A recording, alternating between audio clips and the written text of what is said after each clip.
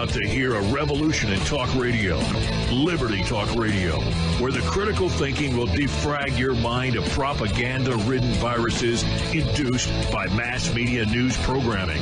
No BS here, just the facts. And now we present to you America's quintessential iconoclastic anomaly. Wow. In talk radio, your host, Joe Cristiano. Welcome, everyone, to Liberty Talk Radio, America's libertarian voice, broadcasting from our studio in Tulsa, Oklahoma, to around the world. I'm your host, Joe Cristiano, and this is your antidote to popular talk radio. Folks, it's time for us to take back control of our government now before this bureaucratic, oversized, and self-serving federal government starves us of our property, our freedom, our rights, and our liberty. But to do this, we must shed conventional thinking regarding our political structure. We need to be revolutionaries in thought, dissidents in action.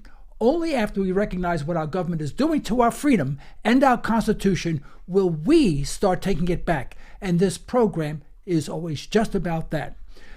Hello, everybody. I'm back on the air. I've been off for a couple of years. I've had a few broadcasts, a few stumbles, a few misses, and a lot of technical problems. We had to move the studio, but I'm back, and I hope to be on a regular basis. Today, I'm going to sort of get off the road a little bit, change tracks, if you will. I'd like to talk about Bitcoin, something that mystifies the heck out of me. I hear more people talk about Bitcoin, and I have had dozens of people trying to convince me to invest into Bitcoin, but I never get answers to my questions. The answers are always the same. Well, it's the currency of the future. If you don't get in now, it'll be too high. You'll never be able to afford it, et cetera, et cetera. The world is going this way. Fiat currency is dead. You know the stories there. You probably heard every one of them. And I've been bombarded with Bitcoin for years now. I have an account with one of the secondary, I think Ethereum. I just bought it so I can open an account and have one just in case. I think I invested $100 or $200 or something like that just to open an account. Never used it. In fact, if I had to get online and actually access it, I probably couldn't do it at this point because I had forgotten. It was a couple of years ago. But it seems that Bitcoin discussion is dominating the airwaves. And it's always the same methodology that they use. Now, I haven't attended, but I have listened on YouTube and television. Many of the conferences dedicated only to Bitcoin, where they have, quote, the Bitcoin, quote, experts, and they walk you through the entire history of Bitcoin, what it actually is, what it can achieve, and why it cannot be hacked, and it's independent of national borders, et cetera, et cetera. They make a compelling case, I have to admit. My only problem is that I don't know what's wrong with me, is that I don't understand the logic. I understand the logic behind it, but I don't understand the logic behind their thinking of why Bitcoin is better than anything else in the world. Why it is the one and only, the method of transacting that precedes everything else. Now, for example, if Bitcoin is worth so much, and now remember it went up to nearly $2,000. It went from $2,000 to like $275 or something like that in a relatively short period of time. If the stock market did that, there would be riots in the street. Good thing not many people owned it at that time. But no one could really explain why it went to 2,000. Why 2,000? Why not 20,000? Why not 200,000? And neither could anyone explain why it went to 2,600, whatever it was. And no one could explain why it's now about a little over 8,000 as I speak. But they can say, well, you have to understand that Bitcoin, and then they explain how Bitcoin works. Well, apparently there are, and I haven't looked at this recently, but months ago, there were like 1,500 Bitcoin copycats, if you will.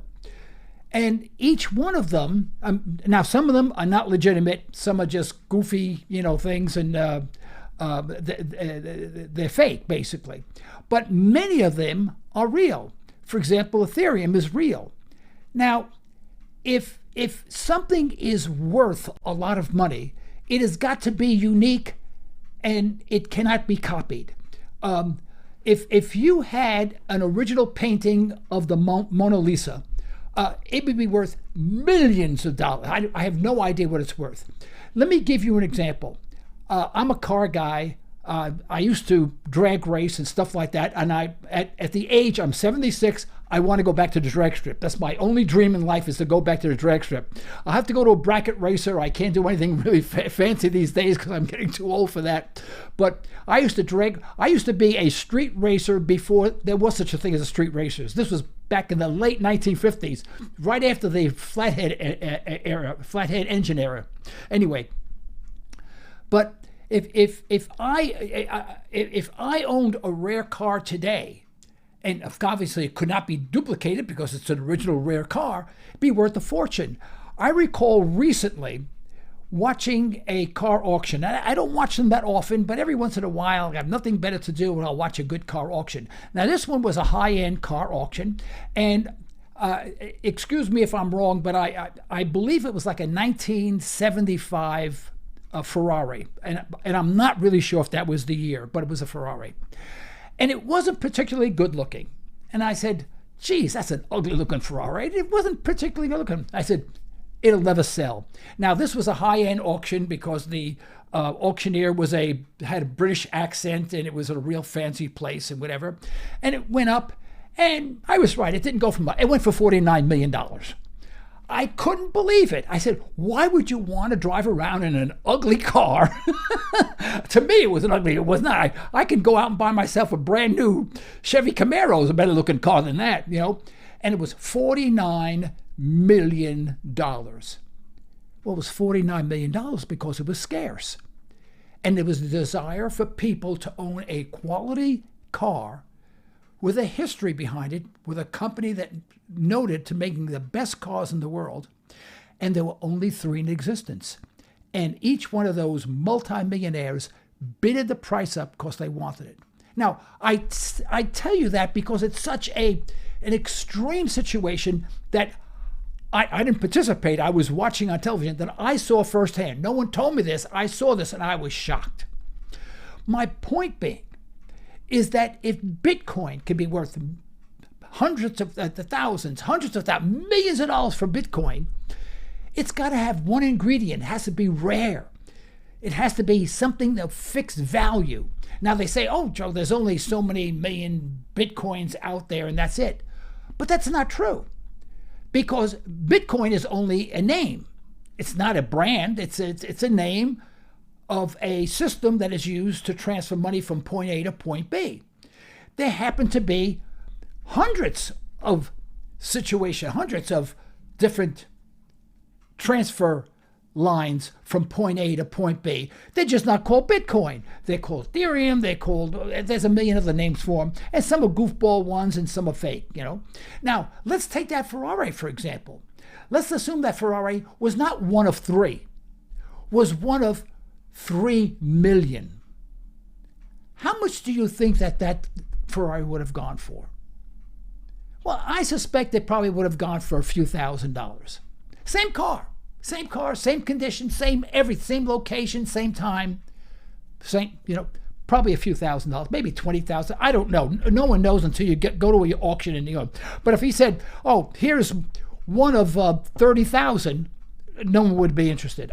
They don't want to own the one of that. They want to own the one of 3. Now, my point being is that scarcity does in fact push up the price of items.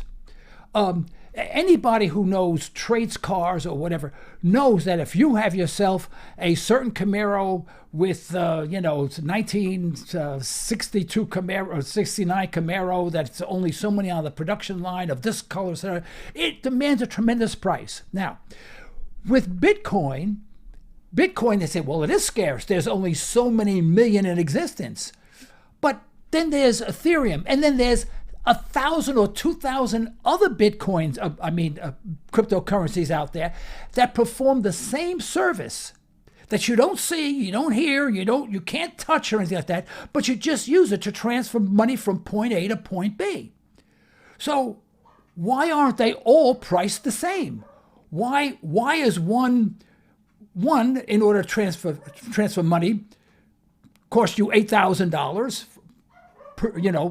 $8,000. You need $8,000 to buy one, where you can go to another one and buy one for maybe $1 or $10 or $100 or whatever the case may be. Now, the one question that they never ask in these debates is that if the dollar rather, was devalued 50%, everything went up 50% in price, what would happen to Bitcoin? Well, the Bitcoin advocates would tell you, and again, I'm not against Bitcoin, it's just this, I'm too stupid to understand that. Now, if the dollar went, tomorrow morning they said, all right, the dollar's being devalued 50%. In other words, everything that costs the dollar now costs you $2, right? Well, they say, well, Bitcoin would automatically go from 8,200 to 16,400 immediately. And I agree with that. Probably that's what would happen, right? I said, all right, now let's take that same situation. Bitcoin, the dollar doesn't go from where it is today and loses 50% of its value. It loses 100% of its value. Now the dollar is like the Venezuelan dollar, worth squat zero. What is Bitcoin worth? They say, $1 trillion. Well, good. You can print $1 trillion, give it to them. It's not worth anything. So basing a commodity such as, well, people call it a commodity, as Bitcoin, a currency type, based on the value of the dollar, is a false foundation. It's a foundation that basically doesn't exist. It's a foundation of quicksand. Now, if you look at, for example, commodity, and I'm a commodities investor. Let me admit, I am hooked on commodities. On my show, when I was very active, I had the Rick Rules, one of my favorites. I had the Michael Pinto. I had all these guys on the program. Love speaking with them, but they make sense. I can at least understand what they're saying. I can appreciate the logic, although I do not understand everything that they do, because that's their business. I'm just an investor. They're the ones that are creating the market for it. But I can understand. For example, at one time there was a discussion and gold was brought up. And the guy says, well, one of the reasons why gold is having, and this is a few years ago, gold is having a very difficult time going below $1,100 an ounce. And I think it did go under $1,100 an ounce for a very short period of time. And this is very recently, by the way, but past year or two. And he says, because the cost of mining today has increased, so the cost of mining an ounce of gold, and I don't remember the number, but it was something like $900 or something like that. And they said, quite frankly, the coal mines, the gold mines, are not going to operate with that kind of margin. If you had this large operation where you have these gigantic trucks and cranes and whatever, and the liability involved in trying to extract coins has got to be phenomenal. Are you going to do that and make $100 per ounce? It's not going to happen. So what you do is you close down the mine. And if enough people close down the mine, you create scarcity. Now, they say, well, there are alternatives to gold. Oh, there are? What are they? Well, silver. Well, silver is also a commodity. Silver would go up in price. But silver is not gold. It is a different commodity. It is a store of value, and it is used mostly in industrial settings, although it's also something that you would collect. And I have big silver holdings. I own silver miners and whatever. Now, they say, well, go to platinum. Platinum is extremely scarce, and if you try to make everything that is now uses gold platinum, first of all, it wouldn't work. But if it did, there wouldn't be enough platinum around. Platinum would go through the roof. I mean, when I say through the roof, it would be hundreds of thousands of dollars per ounce. I can tell you that. I know enough about platinum, though, that if the demand for platinum was the same as demand for gold and silver, boy, close that door. It's going to run out, And so I do invest in platinum mining. I do invest in silver mining, and I do invest in gold mining, as well as other commodities. That's just a very small portion of my portfolio, but I am somewhat familiar with it. But I do understand the cause and effect of demand and why demand is what it is, because it is needed, and sometimes when there's a shortage, the price goes up. If in fact there's a shortage of Bitcoin and you can't get any, but you want to transfer monies from the United States to India, wherever, someplace, Brazil, right? You don't have to use Bitcoin. You could use one of 100, 1,000 other cryptocurrencies that use the same type of network, that have the same safety. So Bitcoin seems to be get front row seats on everything, but it is not unique. In fact, they haven't patented Bitcoin that I know of, because if they did, there would be no other alternative cryptocurrencies. They call them altcoins. I love that, altcoins, right? And there are people in the know, and I'm not one of them, believe me, I know very, very little about it, that say coins such as Ethereum actually have features that Bitcoin does not, and is a superior method of transferring money. Now, whether that's true or not, I don't know. But there are people who believe that, and there may be some truth to it. If it wasn't, all the other coins would just go out of business. But there must be something in the Bitcoin arena that allows so many people to come in and create their own or duplicate Bitcoin at a price that's 1,000 times cheaper, but accomplishes the same results.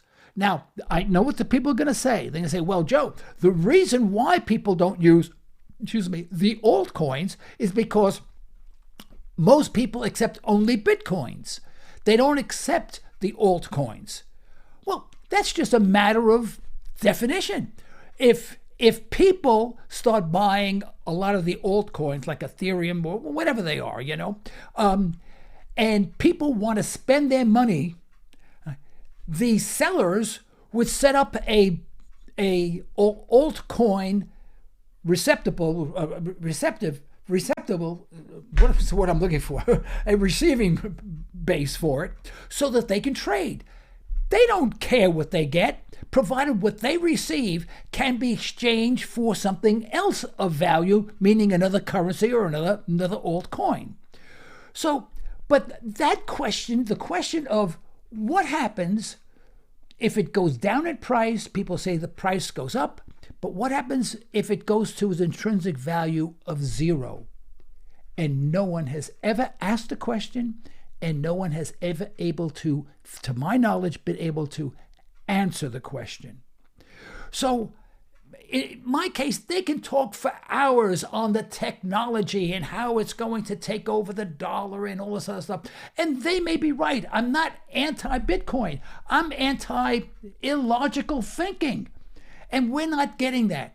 We're not getting the other side of the coin. Now, there are people such as Peter Schiff who rants about the problems with Bitcoin. And I've listened to his dissertations, and he's right. I have to agree with him, because the questions that he is asking are the questions that I'm asking. I'm even asking more questions than he is, but I don't have platform that he has. I don't get invited to these money seminars, and they don't ask me my opinion. Good thing, because they probably get the wrong answer.